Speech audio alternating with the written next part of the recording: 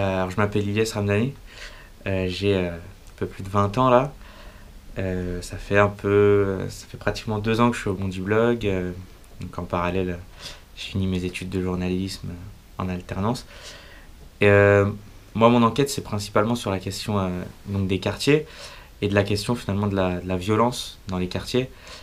C'est peut-être la première image d'Épinal qu'on a quand on pense au quartier populaire. La violence, les faits de violence, etc. On a voulu savoir d'où elle venait, est-ce que finalement elle était réelle, comment elle se manifestait au quotidien, parce que finalement c'est surtout des chiffres, la violence, voilà, des statistiques qu'on a à la fin de l'année, mais au quotidien, qu'est-ce que c'était pour les habitants, pour les jeunes, etc. Euh, En parallèle évidemment à toute cette violence qu'on a vue pendant les attentats de janvier, qui venaient de jeunes des quartiers, etc. Donc voilà le fil d'enquête.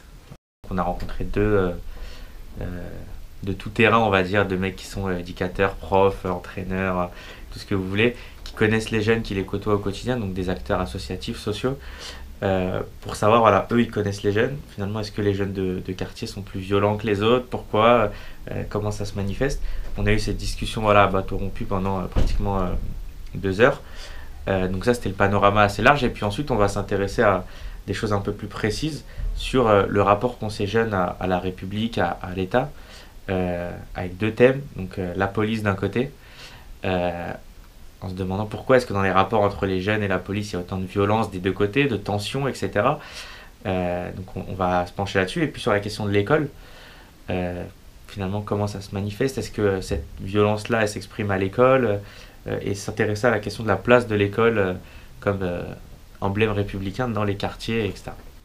C'est pas plus compliqué que de faire une enquête pour un journaliste parisien sur Paris 16e. Hein. C'est pas, on connaît évidemment, c'est plus facile on connaît la réalité, etc. On n'est pas dans des images d'Épinal, des stéréotypes. Maintenant, j'ai plus de questions que de réponses à ce sujet-là.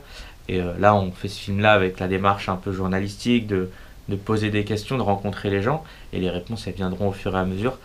Et d'ailleurs, si je me suis intéressé à ça, c'est que j'avais pas les réponses en fait. Je me posais les questions, mais j'avais pas les réponses. Donc, donc je compte sur le film pour me les donner.